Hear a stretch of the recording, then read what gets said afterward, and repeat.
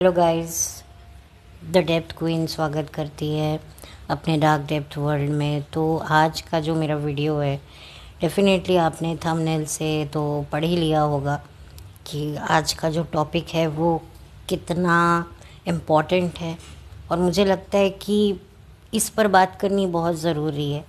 देखिए, इस वक्त जो देश में चल रहा है वो बहुत ही डिस्टर्बिंग मैं कह सकती हूँ। कुछ लोगों के लिए ये एक जंग है, कुछ लोगों के लिए ये सिस्टम के साथ में एक बहुत बड़ी एक जंग है, अगर मैं इसे खुलकर कहूँ तो। और एक बात मैं आपको साफ साफ बता दूँ कि जब जब हमने सिस्टम के साथ में कोई जंग का ऐलान किया है तो हमें कहीं ना कहीं ये कहते हुए अफसोस की बात है कि हमें मुँह की ही खानी पड़ी है। जिस तरीके से जो मंज़र इस वक्त हम लोग देख रहे हैं, भले ही लोग प्रोटेस्ट कर रहे हैं, कुछ शांतिपूर्वक लोग कर रहे हैं, कैंडल्स जला रहे हैं, सोशल मीडिया पे बहुत लोग अपनी अपनी तरह से अपना रोष प्रकट कर रहे हैं। जो डॉक्टर्स हैं, नर्सेज हैं, जो भी स्टाफ है वो स्ट्राइक कर रहा है, जो भी जिसको जो भी मिल रहा है। और मैं आपको ये भी बता दूं कि ये सब से कुछ होने वाला अगर होता है तो अच्छी बात है, लेकिन चांसेस बहुत कम है, क्योंकि आप देख सकते हैं इस केस को कितना ज़्यादा मैनिपुलेट किया गया है।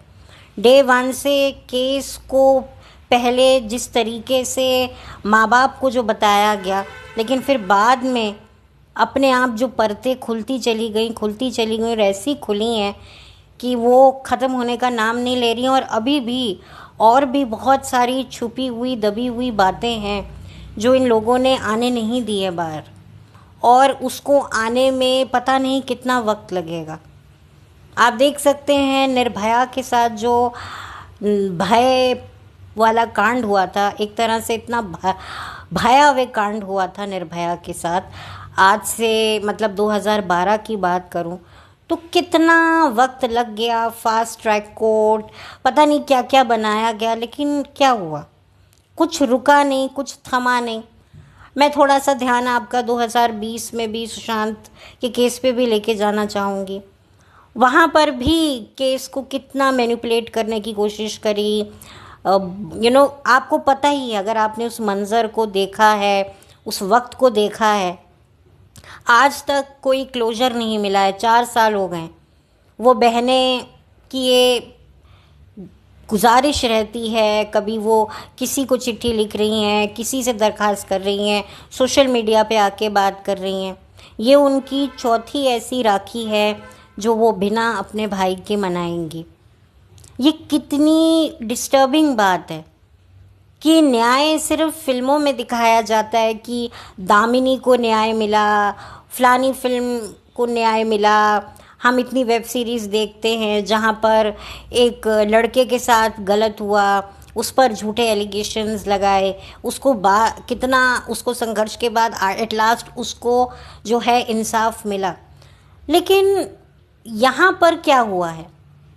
अब आप देखिए, उसमें से जो निर्भया के साथ जिसने एक अपराध किया था, उसी में टोली में जो शामिल था एक लड़का था जो शायद काफ़ी टीनेजर था। उसको if I am not wrong उसको 2015 में या आसपास रिलीज़ कर दिया, उसको छोड़ दिया। तो आप देख सकते हैं, और कितना ज़्यादा प्रेशर में, कितना ज़्यादा फोर्सफुली उन लोगों को फांसी मिली। अपराध हुआ 2012 में और उनको फांसी मिली मार्च 2020 में। आप देख सकते हैं कितना लंबा सफ़र रहा, कितनी कोर्ट की पेशियां हुई, माँ बाप की कितनी उम्मीदें, कितना कुछ उनकी ज़िंदगी का जमा पूंजी उन्होंने खर्च करी, कितना कुछ उन्होंने बर्दाश्त किया। आप देख सकते हैं आज उनकी बेटी को गए हुए कितने साल हो गए, 10 साल से भी ज़्यादा हो गए। ठीक है, कहने को सज़ा हुई, कुछ हुआ, जो भी हुआ, लेकिन जो गया वो वापस लौट कर नहीं आता।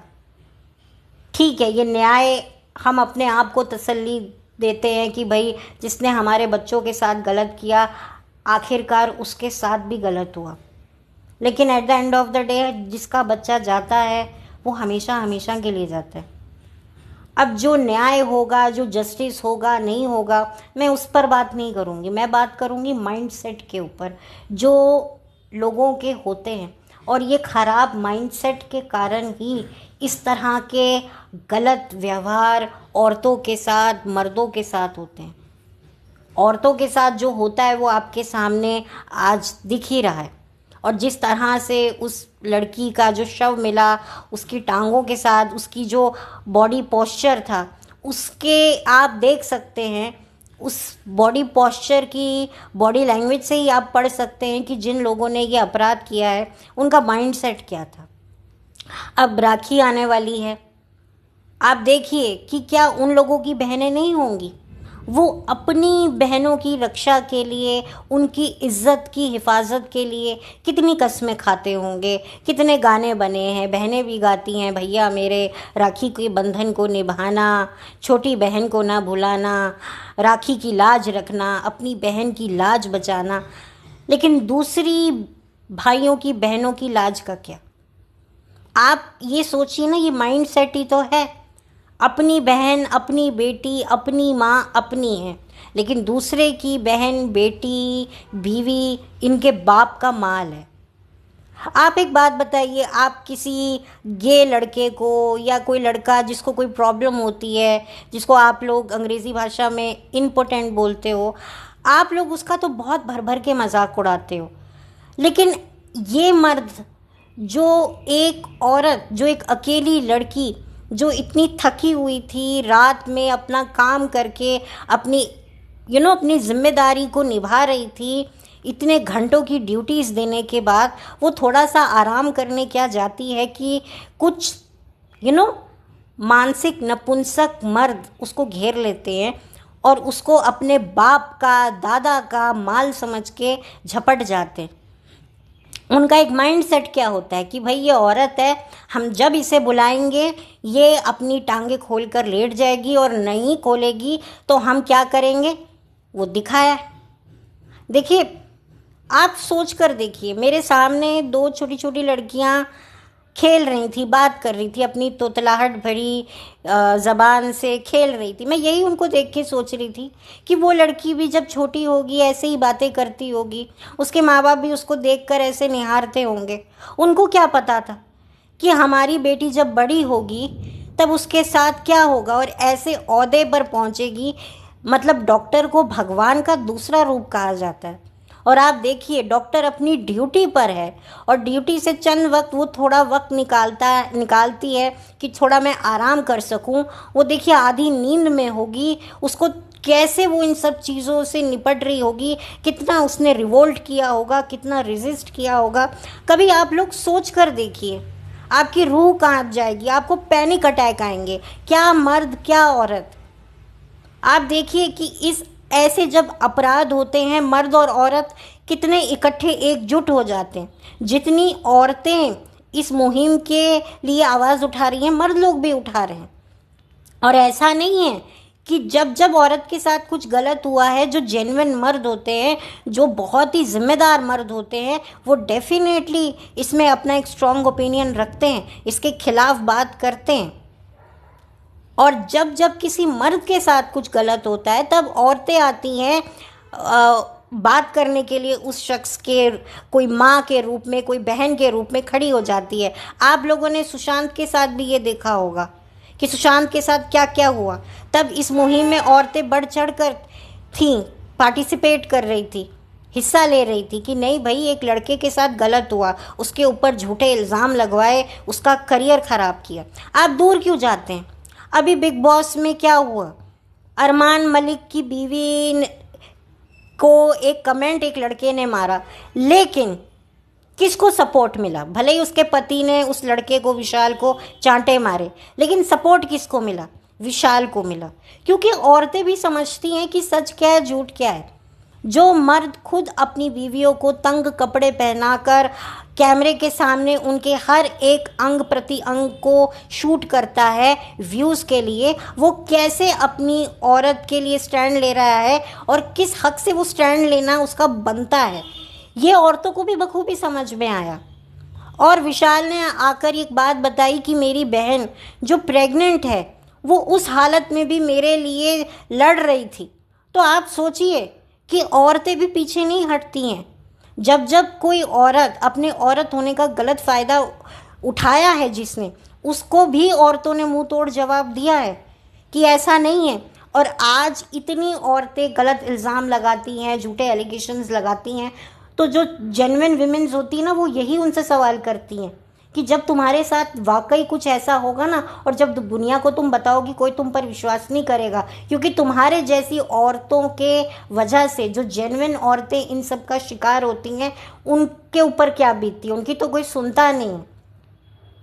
आप देखिए, मर्द और औरत सिक्के के दो पहलू होते हैं।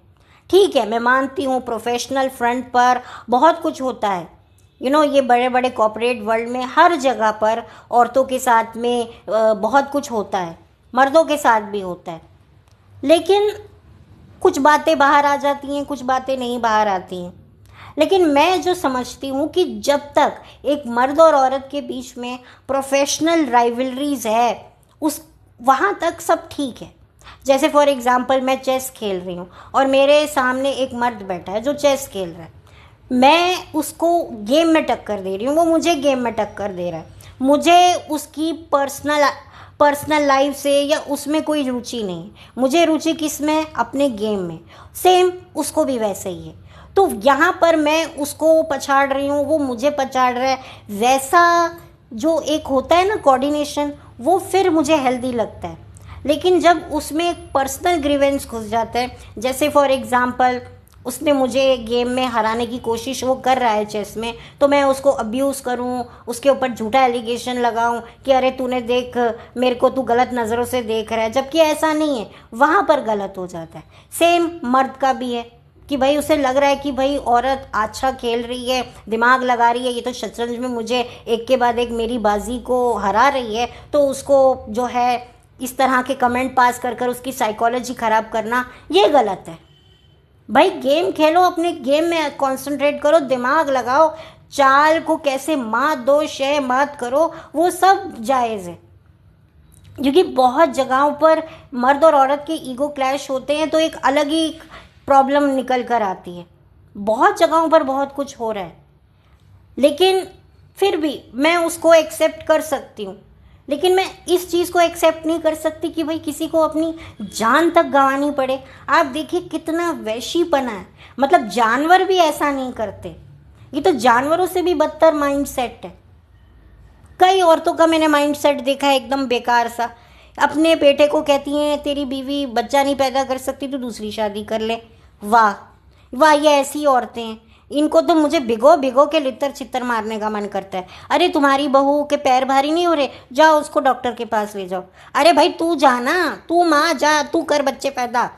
तेरे को इतना पड़ोसन के बहू के बच्चे की इतनी तुझे फिक्र है।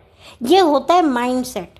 मैंने कई ऐसी औरतें देखी हैं जो लिटरली डरती हैं, कहती हैं अगर कभी भगवान ना करे हमारे साथ कुछ ऐसा गलत हुआ तो हमारा पति तो बिल्कुल भी हमें घर से बाहर निकाल देगा, वो कहेगा तेरी ही गलती है, वो तो हमें विश्वास ही नहीं करेगा। मैंने ऐसी भी औरतें देखी हैं। अब तो खैर ज़माना बदल गया है, अब एक औरत जिसके साथ ऐसा कुछ होता है उसको समाज अब स्वीकारने लगा है, इज़्ज़त देने लगा है। मर्द भी एक अच्छा व्यू पॉइंट रखने लगे हैं, लेकिन आज भी ऐसा होता है कि उन लड़कियों को अपना घर छोड़ना पड़ता है। माँ बाप उनकी खटाखट फटाफट किसी से भी आनन फानन शादी करवा देते हैं कि भाई इसको विदा करो, इसको निकालो।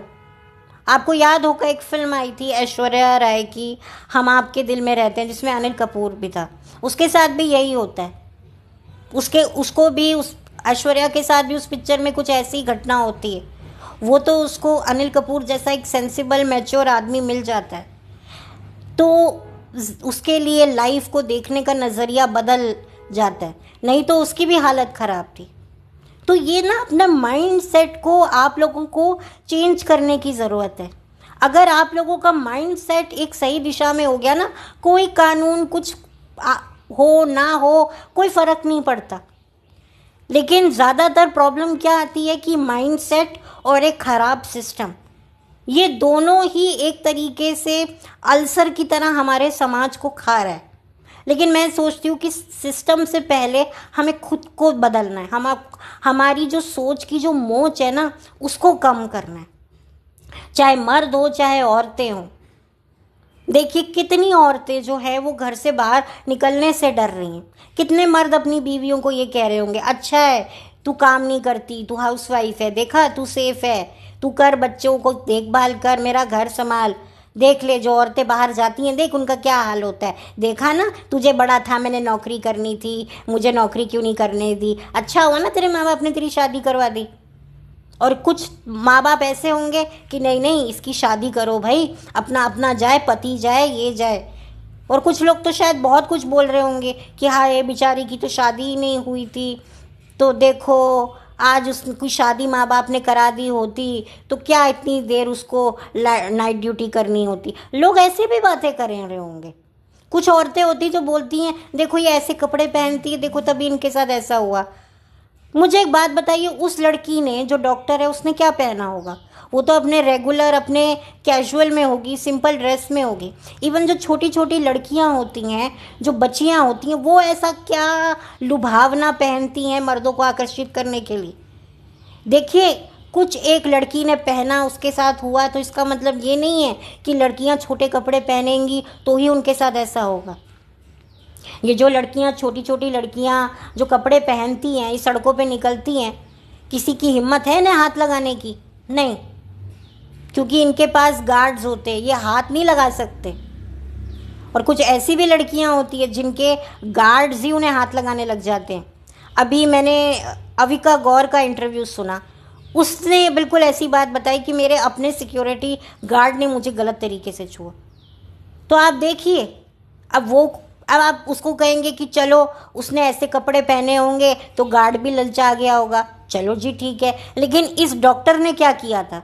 या जो ये बेचारी कितनी बुजुर्ग औरतें हैं जिनके साथ ये दुष्कर्म होता है, उनके पास क्या होता है?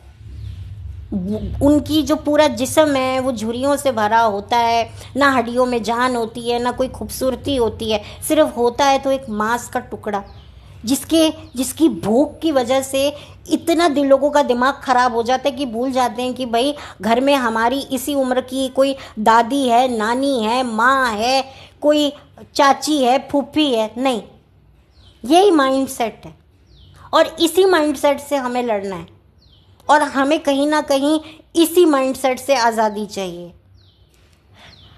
तो मुझे बस इतना ही कहना था और मैं सभी औरतों से रिक्वेस्ट करना चाहूँगी कि आप लोग डरिए मत, क्योंकि अगर आप लोग डर गए तो फिर वही लोग जीत जाएंगे जो लोग यही कहते हैं कि औरतों को आगे बढ़ना नहीं चाहिए, कुछ करना नहीं चाहिए।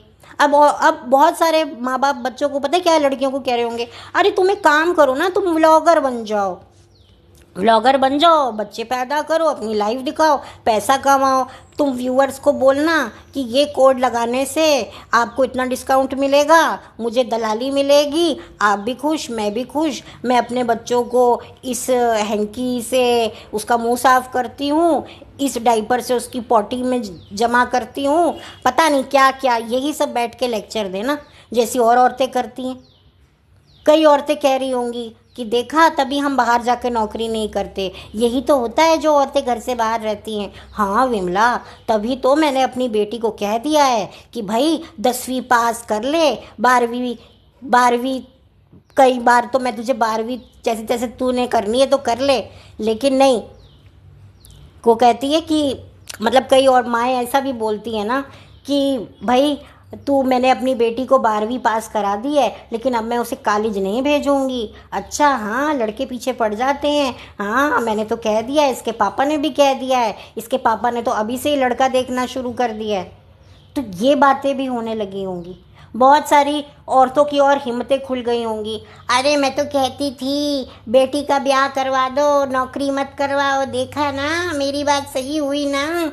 तो ये सारी आंटियाँ चांचियाँ, ये जो गंदी माइंडसेट की जो औरतें होती हैं, ठस्सी माइंडसेट की औरतें होती हैं, जो खुद औरत होकर दूसरी औरत का बेड़ा गर्क करने में तुली हुई होती हैं, जो कभी उस बबल से बाहर नहीं निकलती हैं, और जब कोई और औरत उस बबल से उस दहलीज को पार करती है तो भैया इनकी माँ बहन एक हो जाती है, लिटरली इनकी माँ बहन हो जाती है, एक हो जाती है। अरे ज़रूरी नहीं है कि कोई भी औरत अगर अपने घर की दहलीज लांघती है तो कोई मर्यादा लांघने के लिए वो दहलीज लांघती है। हाँ ऐसी औरतें होती हैं जो अपने परिवार के, अपने पति के विश्वास का गला घोंटती हैं। लेकिन ऐसी भी औरतें होती हैं जो अपने पति, अपने परिवार के विश्वास को बनाए रखने के लिए क्या क्या कॉम्प्रोमाइज़ करती हैं। और मैं आपको एक बात बता दूं, जितनी भी महिलाएं हैं, आपको अपने पहले डर को ख़त्म करना होगा। जब किसी लड़की को आधी रात को उठाते हैं ना कि बेटा ये दवाई ले आ, रात को पैदल जाकर, भले ही सामने ही दुकान होगी, वो 10 बार सोचती है। क्यों? क्योंकि उसके अंदर एक डर होता है। उस डर को औरत को सबसे पहले उखाड़ के फेंकना होगा। लेकिन जैसे ही औरत इस डर को उखाड़ने के लिए अपना हाथ आगे करती है तो कोई ना कोई इस तरह का हादसा आ जाता है और फिर से वहीं के वहीं सिचुएशन हो जाती है कि नहीं नहीं मैं नहीं जाऊंगी। कितनी औरतें होती हैं जिनको नौकरी इसीलिए उनको करने नहीं दिया जाता कि नहीं नहीं नहीं नहीं, कहाँ जाओगी इतनी रात को, ये हो जाएगा वो हो जाएगा। बहुत कुछ होता है। बहुत सारे ऐसे मर्द होते हैं जो अपनी बीवियों के साथ रात को सैर नहीं जाते। मैंने एक फिल्म या एक सीरियल में भी देखा था कि हस्बैंड वाइफ बाहर लेट नाइट को सड़क पे जा रहे होते हैं, एक गाड़ी आती है, बीवी को या गर्लफ्रेंड को खींच के ले जाती है, हस्बैंड या बॉयफ्रेंड बचा नहीं पाता और उसको इतना शौक लगता है उस मर्द को कि वो जाकर जो है अपनी ज़िंदगी ख़त्म कर लेता है। वो बात अलग है कि वो लड़की बच जाती है क्योंकि पुलिस की निगाह उस गाड़ी पे पड़ जाती है। देखिए ये भी तो गलत है। ये भी आप देखिए माइंड सेट ही है कि एक मर्द का ईगो इतना हर्ट हो गया कि भाई मैं अपनी औरत को नहीं बचा सका तो मुझे जीने का हक नहीं। भाई तुमने कोशिश करी, नहीं हो पाया। और शायद कई मर्दों को ये भी होता है कि भाई अब मेरी औरत इस लायक ही नहीं रही है। कई ऐसे भी मर्द होते हैं जो अपनी औरतों को छोड़ देते हैं इसी चक्कर में कि अब तू मेरे लायक नहीं हुई है। अगर आप देखें तो ऐसा भी होता है। और इसी वजह से जो है कई ऐसे भी मर्द होते हैं जो बहुत एक ब्रॉड माइंडेड सोच रखते हैं कि नहीं भाई जो भी हुआ उसमें मेरी बीवी की क्या गलती है, जो भी हुआ उसकी मर्ज़ी के खिलाफ हुआ, वो अपनी मर्ज़ी से नहीं उन लोगों के पास गई थी। तो वो ऐसा भी माइंड सेट रखते हैं। तो खैर ये माइंड सेट की बातें हैं और हमें अपने माइंड सेट से ही सबसे पहले लड़ना है।